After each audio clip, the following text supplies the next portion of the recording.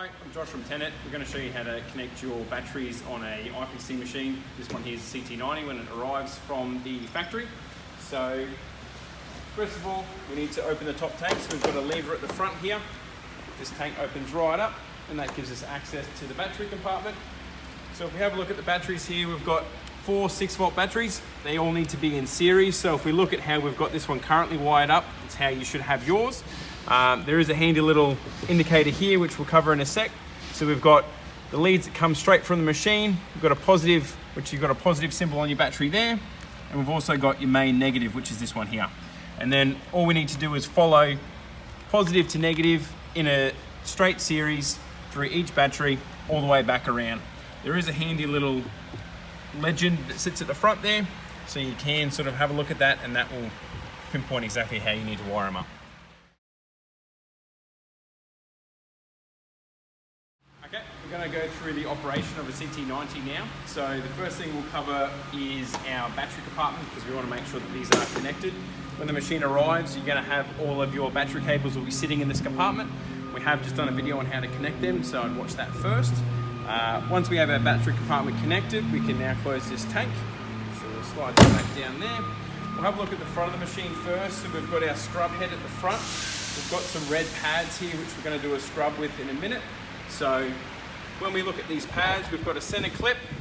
What we do is we unscrew that center cap there, and that will allow us to take the pads off. So we can rotate these pads as they start to wear through as we need to, and when they do need to be replaced, they are quite easy. We just unscrew that center cap and pop it back on. Now the machine has a self-loading function for the front brushes and pads, so all we need to do is slide them under the scrub head just like that. We come around to the rear of the machine. We've got a foot pedal on the side here, so all we need to do is stand down towards the outer edge and then the scrub head will lower. Can you do that once more? How it goes up and down, Josh? So down into the lock position and then down to the outer position to lower the scrub head. So now that the scrub head's lowered, if you want to come and have a look at the touch panel here, we've got our brush button here. So notice there's no lights currently illuminated. All we need to do is touch this brush button once.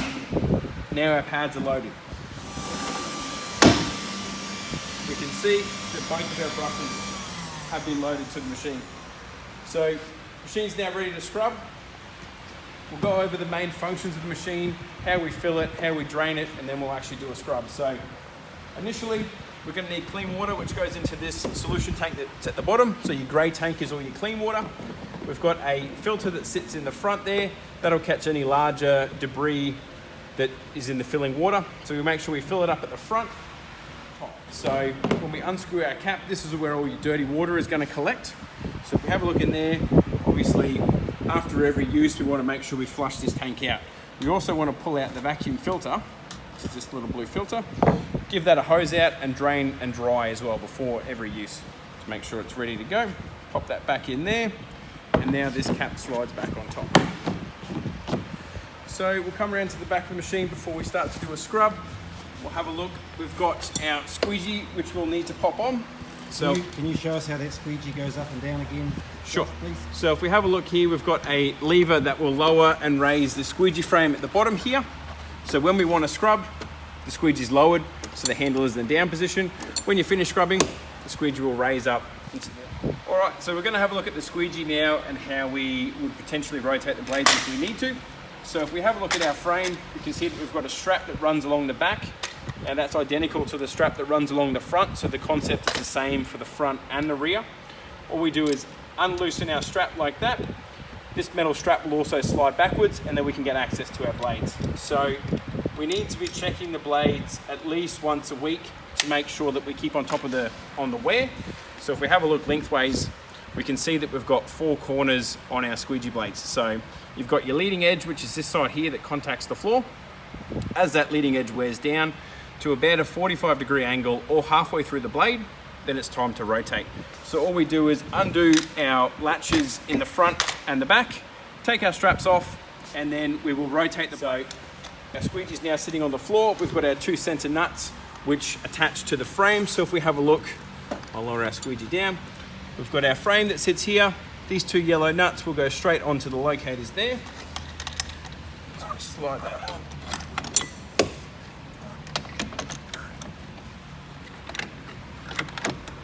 Just like that, and then we want to tighten these nuts up.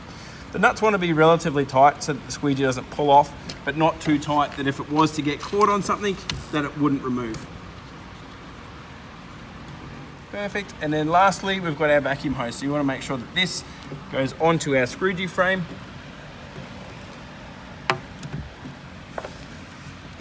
Make sure it's all the way down so that we've got a good seal in our vacuum compartment. So while we're at the back, before we go any further, we'll also have a look at our charger, which sits on the back of the machine. So charger sits right there, and we've got a little bag that holds our power cord. So after every use, we want to make sure the machine's put on charge, and then you've got 3 indicator lights here. So you'll have a green light at the top, which shows that the batteries are fully charged, a yellow light in the middle, and then a red light, which is obviously showing that the batteries need to be charged. So we want to make sure that we don't take the machine off charge until we get that green light showing on the charger. That'll tell us that the batteries are fully charged. So that's pretty much how we get the brushes on, how we fit our squeegee. That's how the machine comes normally. Now, when we're on this side of the machine, we can also see that we've got a little indicator here which shows us where the solution filter is. So if you're using chemical at your site, it's recommended that you drain the solution tank at least once a week, just to make sure that that chemical doesn't thicken and then block the filter. So when we do that, all we need to do is unscrew our filter just there, and that will drain the clean water out of the tank. We can benefit that by adding some fresh clean water into the fill point of the tank, and that will basically back flush the entire system and push out any old chemical. So if we have a look at the back here, again, we've got our touch panel. So in the off position, we've got our key system that sits there. Turn to the right, just like a car, and we get all the lights pop up. So we'll go through all the different functions. This indicator light here is for a full recovery tank. So this will tell you when you need to drain at the end of every scrub. And this is a solution tank float. So this will tell you when you run out of clean water. The next button to the side is your rabbit and turtle speed indicator. This will allow us to speed up and slow the machine down as we need to. Next one is forward and reverse. So that's pretty self-explanatory. And then we've got solution flow. So this will actually allow us to increase and decrease the amount of water that's released from the scrub head. In the middle, we've got a battery gauge. At the moment, we're on green, so the machine is fully charged. And then we've got our vacuum fan button. So when we lower the squeegee, that will turn the vacuum fan on. We've also got our brush button, so when we want to scrub. So the machine now is set up to scrub. So we might do a little bit of a scrub on the floor. I'll keep the squeegee up so we can see that we've got plenty of water coming out of the scrub head. So we want to make sure that we've got it set to a fairly safe speed so the machine doesn't get away from you. At the back of the machine, we also have our propel handle. So to drive the machine forwards and reverse, all we need to do is depress the throttle here, and that will actually drive the machine forward. So we'll slow it down a bit.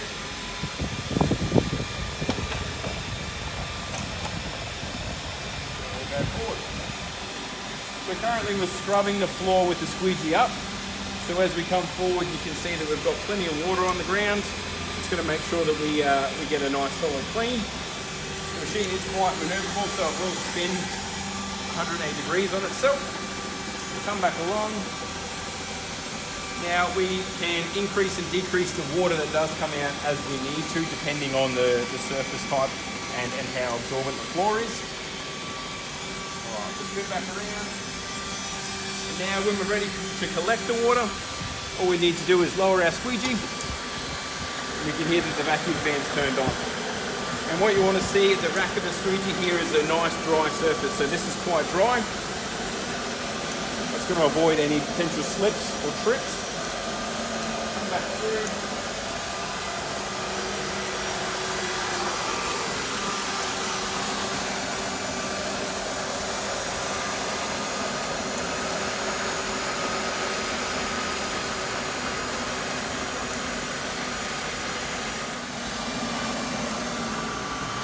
All right, now we want to make sure that we also turn our brush off and our vacuum fan off. Now the machine can be transported without the brush and vacuum fan running. So we've finished our scrub. Now that we need to go through how to clean the machine after every use. So first of all, we'll start with the recovery tank. So we pull our cap off the top here. We can have a look. We've obviously got some dirty water in there from our scrubbing today. We want to make sure that we are flushing this tank out like we discussed before. We've got our drain hose at the back. So we take our cap off, lay this hose in a drain, and then we want to really hose out this tank, remembering to also clean out the vacuum filter as well. Now it's really important that we make sure that the seal on this cap here is also kept clean, and the face of this tank, to make sure that we get enough vacuum. It is important to also leave this seal, the cap off the top of the machine while it's sitting. That will prevent bacteria buildup and it will allow any moisture to evaporate when the machine is not being used. So we can pop that just there for a sec. Come around to the front of the machine. This machine has pads fitted to it. So when we release the pads, all we need to do is spin clockwise or counterclockwise, and then the brushes will pop off. So when we slide the brushes or the pads off, we can see that we've obviously got our red pad face here. It's really important to make sure that we haven't got any debris, nuts, washers, anything that may potentially scratch the floor stuck into the pad, because they can get caught in there. I recommend that we unscrew the center cap, take the pad off, give it a wash out, and then let that dry overnight before putting it back on for the next use. That way, after every use, it's been inspected and we can ensure that the floor is not going to be scratched from anything being caught in the pad. While the pads are off, we can get a wet microfiber cloth and actually give underneath the scrub head a wipe as well. So you will get some debris and dirt that's stuck underneath the scrub head, so it is important to give that a wash out after every use as well. At the back, we've obviously got our squeegee, which is going to be in contact with the dirty water as well. So what we can do is we pop our squeegee off. So we undo our 2 center nuts again. Squeegee slides right out. And we want to give the channel of the squeegee a nice hose out to make sure that we clean out all the debris that's stuck in there, and then we let that dry overnight as well. From there, we probably need to make sure that, like we said before, once a week that this solution filter is drained if you are using chemical. If you're not, then we could probably push that out to once a month to give you a little bit more time.